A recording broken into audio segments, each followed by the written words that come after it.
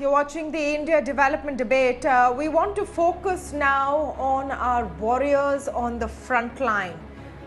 People who today the Finance Minister Nirmala Sitharaman has referred to as gods in white. I'm talking about our doctors, not just our doctors, our nurses, our paramedical forces and all of the support staff. In fact, the entire medical fraternity and healthcare workers who, as a matter of fact, are some of the most vulnerable to the COVID-19, even as they risk their lives, put their lives on the line to go out and treat people, to go out and continue to do their jobs. But really, what are we doing for them? Today, the government has announced a 50 lakh rupee medical insurance cover for our health workers, which is great. We saw last week this appreciation of people coming out and clapping their hands, but the facts on the ground are sadly quite different. There are reports coming in, especially from places outside the big cities and sometimes even in the big cities, of some medical staff not even having gloves and masks to protect themselves while they're treating patients. Can you believe it? We've had medical staff complaining that they're not allowed to get to their place of work because there's a complete transport lockdown and they don't know how to come. Some are complaining of being stopped and harassed by local law enforcement authorities. To make things worse, there are actually housing societies, landlords who are pushing out those working in the healthcare sector because they think they're a risk. Imagine, these are the people who are at the front lines. There are reports every day of doctors and their families being infected, and they're infected only because they're actually putting themselves out there to help all of us. We all have a responsibility. Now, to highlight some of the issues that the medical fraternity is facing and also celebrate their great sacrifice, I'm joined today by Dr. Rajan Sharma. He's the National President of the Indian Medical Association. I'm also speaking to Dr. Arvind Kumar, who's the Chairman of Gangaram Hospital. Both are very, very senior doctors and medical professionals. Welcome to both of you. Thank you for speaking with us today. Dr. Rajan Sharma, I just want to get a sense from you what the ground realities are, not just in the big cities and even far away. I'm hearing anecdotal stories, of especially of junior doctors and interns not being given gloves and masks. The challenges is equipments, masks, PPE kits, and sanitizers, which are being stocked up, and ventilators might be when we end into a crisis. So these are all the challenges on the ground. The resident doctors, the security of the doctors and the healthcare professional. It is a ground reality that the doctors, nurses, and healthcare professionals were being evicted and denied accommodation in residential areas, which is a matter of serious concern for us. But the government has taken immediate steps in stemming the rot. And all over the information, right from Karnataka, Maharashtra, Delhi, and all the other branches, that the police authorities have cracked the whip against such a move, because this would really dishearten our profession when we are ready to fight from as a frontline warriors of against COVID virus, and it would have disheartened us. Yes. Absolutely. I want to bring in Dr. Arvind Kumar here to bring us, give us some perspective of what really is happening, because our medical professionals are right now, as everyone's been saying, at the front line of this fight, not just in big cities, but all over the country. Do you think there is enough information out there, enough equipment out there? Because we have to be prepared for a situation where the cases could dramatically rise. Okay, Tamanna ji, excuse me. You asked the question in the beginning, what are the challenges which a medical profession is facing? Now, I would like to answer it by saying that there are two kinds of challenges we are facing. Number one is a medical issues related challenge, and number two is social issues related challenge. Let's come to the first one, the medical issues related. What are the medical issues related? Number one, most of us did not know what this coronavirus is initially when the whole thing started, what it causes, how it presents, what are the precautions to be taken, what are the complications, how it is to be managed. But I must say that the medical profession rose to the need of the hour, and 100% of the doctors in the quickest possible time updated themselves, and those who are in the ICU and other places who have to actually manage, they actually upgraded their knowledge and skills to be able to meet this challenge. So that is the first challenge, that you are adequately prepared knowledge wise and skills wise to manage this. Then comes the question that, okay, these patients will come to hospitals. Are the hospitals prepared to handle the volumes? Now there comes the issue of what is the volume that is being presented to you. If country was to face a volume like what Europe is facing, every possible facility will break down. And that is why at the appropriate time, the government of India under the leadership of Honorable Prime Minister took a very bold, historic and unprecedented in the history of mankind step to almost put 1,300 million people inside the house. It was a huge decision. If you look at the logistics of this decision, it was huge. However, this decision was mandatory. No matter what the consequences, this decision was mandatory to avoid a Italy-like situation in India. It has served two purposes. Number one, if people comply with it 100%, take it from me as a doctor, 100% it will reduce the community transmission. It will reduce the infected person to non-infected person transmission, and will not let an Italy-like situation come within a few days. If you look at Italy and other places, from the initial few cases, they had a steep rise in cases, and that is why they did not get much time to prepare their health facilities, and the health facilities broke down. We, by taking this historic step, have deferred or maybe even avoided that situation, which has given us those precious few days or few weeks to prepare our healthcare facilities, in which time the personal protective equipment, the ventilators, the ICU beds, the isolation wards, the training of the paramedical staff, all these things are being done by the government and the medical sector on a war footing.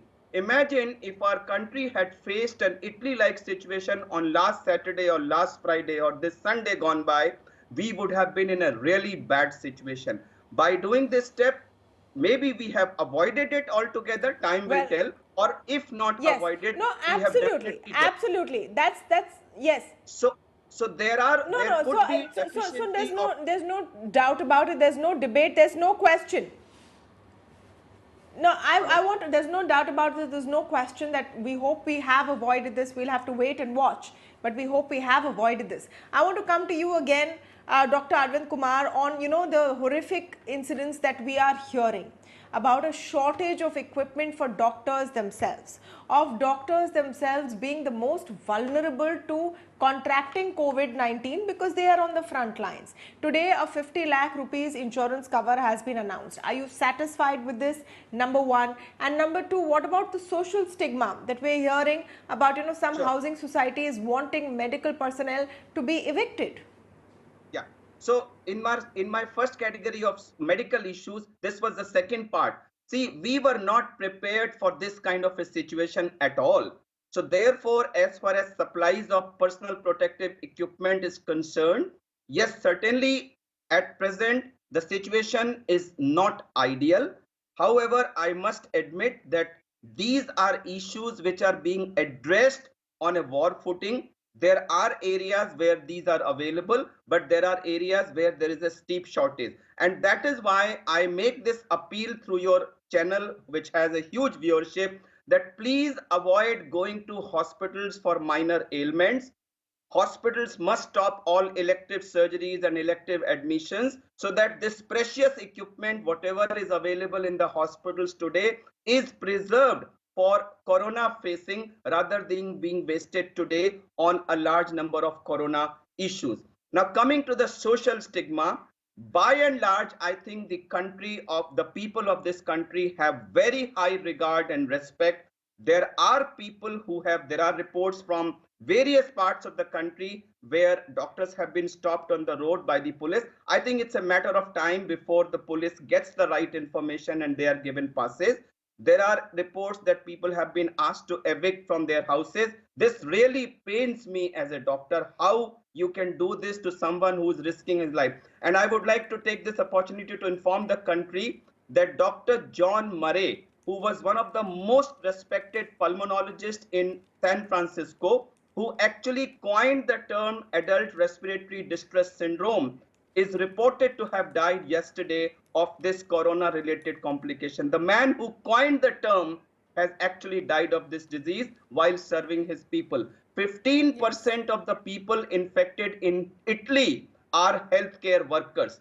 So the healthcare workers are taking a heavy load. So it's our duty to make every arrangement to make personal protective equipment available to them. Number one, it's the duty of the society to support us as much as they can by not obstructing us and not flooding us with elective situations these days, so that the health sector is not tired and exhausted and is ready to face the emergency and the large volume should they occur in future. So I would appeal to all my countrymen that please, what we need at the moment, you don't have to clap for us every day, but please be kind to us. The medical profession is doing everything that it can to meet the challenge with the country is facing. We just want you to let us work in peace and be kind, be sympathetic to us. We also are human beings. I We think it also should have be family. there should be penal implications. There should be penal implications against those that cause distress to the medical fraternity right now. Like our I agree with panelists are you. saying, they're the ones who are the most vulnerable. Just a last message from Dr. Rajan. Just a last message from Dr. Rajan as well on what people can do. What can everyday citizens do? Can we help in any way to ease the burden? Because I'm sure many will be more than willing to come forward. The least anybody can do is just say a plain thank you when he or she comes to know that the other person is a doctor, nurse, or a healthcare professional or allied healthcare. Second, be nice and appreciate their contribution to the society. It is only we who can lead and fight this battle. And today, also, I would like to allay some fears as I just received some information regarding some masks and other things from the government. At the moment, 12 ventilator firms are into production, including two Indians. And the auto industry has also agreed to chip in and start making ventilators. 4.3 lakh PPEs and 12.6 lakh N95 masks are already available. 11 Indian companies have started manufacturing PPEs. The government has put in ordnance factories and other major garment manufacturing agencies into preparing samples. And also, talks are on for importing. So by the time, if and when that crisis comes, we were not prepared, as Dr. Arvind said, we were not prepared for such a thing. And we never expected that. But yes, we have made our arrangements. Indians, I am proud of being an Indian, that we thrive in a crisis and we perform in a crisis, and we shall overcome and defeat this virus. And we need all your blessings and support. And especially, I would like to thank the media for the positive impact on the society regarding our role and putting it across. Thank you so much.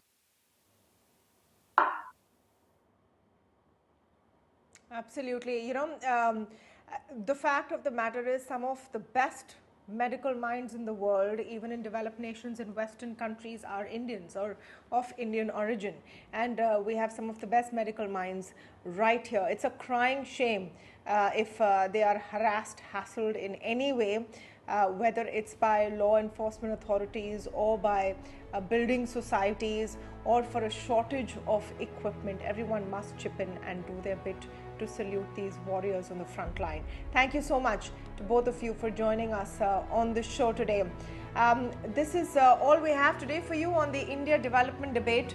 But you know, we are striving to cover this unprecedented time in all of our lives from every possible angle every day on the show.